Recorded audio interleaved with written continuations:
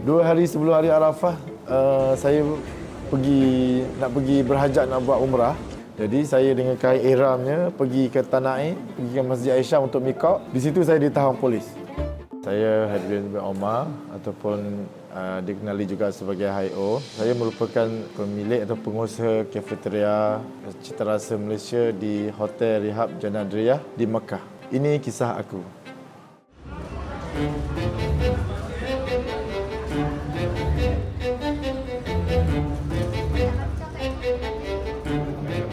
Saya merupakan bekas pemain bola sepak kebangsaan, juga seorang usahawan.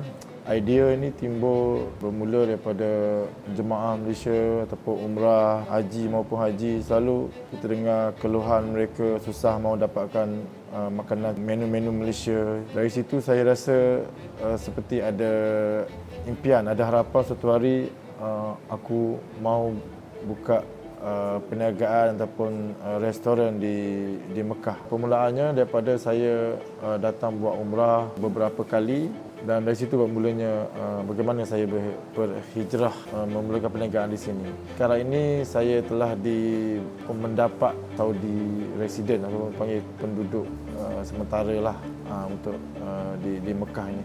Ini tahun ketiga saya bersama dengan Tabung Haji buka kafeteria di hotel-hotel yang muasasah yang menempatkan jemaah haji Malaysia.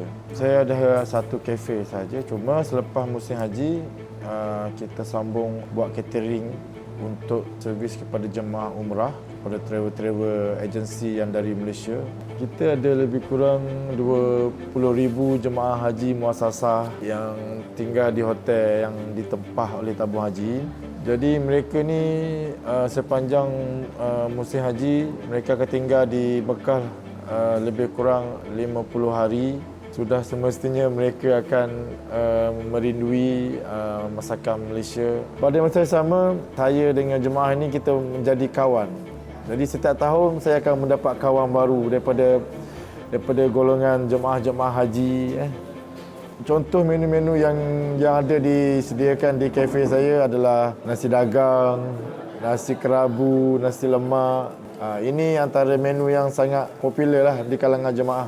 Di sini pekerja-pekerja yang kita mahu ambil, kita haruslah pekerja tu memiliki dokumen lah. Diwajibkan, disyaratkan oleh kerajaan Saudi. Macam saya menguruskan kitchen. Biasanya pekerja tukang masak saya bawa daripada Malaysia selama 3 orang. Yang pembantu-pembantu di kitchen tu saya boleh mendapatkan pekerja-pekerja yang dah disediakan oleh syarikat agensi pekerjaan di sini.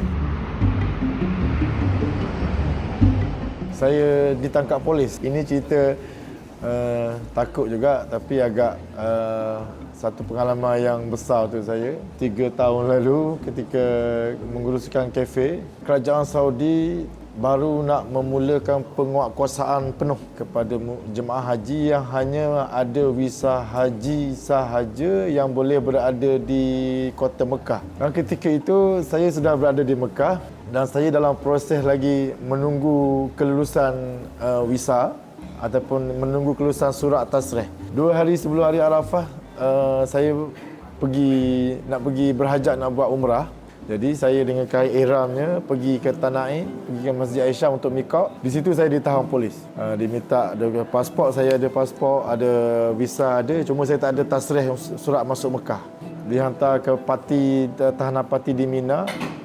Dan daripada situ dikeluarkan saya ke Jeddah. So pagi tu daripada pukul 8, saya berjalan kaki cari siapa yang boleh bantu saya untuk bagi saya satu baju yang boleh saya tukar dengan ihram. Adalah seorang hamba Allah Pakistan ni yang sanggup jual dia punya jubah dia 50 riyal untuk ganti dengan kain ihram saya. So lepas dapat jubah tu saya pergi ke train station dan kembali ke Mekah lah.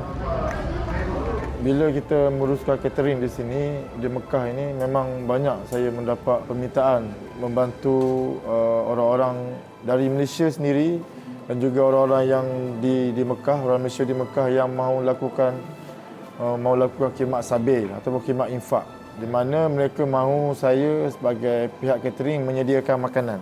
Pernah juga saya mendapat permintaan daripada pemangku Sultan Johor sekarang, TMJ. Pada bulan Ramadan tuanku minta saya bantu untuk uruskan infak tuanku di Mekah dan juga di Madinah. Di mana tuanku telah kurniakan sebanyak RM250,000 untuk diinfak kepada orang-orang susah. Pihak saya akan uruskan. Kita akan kumpul yang RM8 ini, ada yang bagi RM12, ada yang nak infak RM20.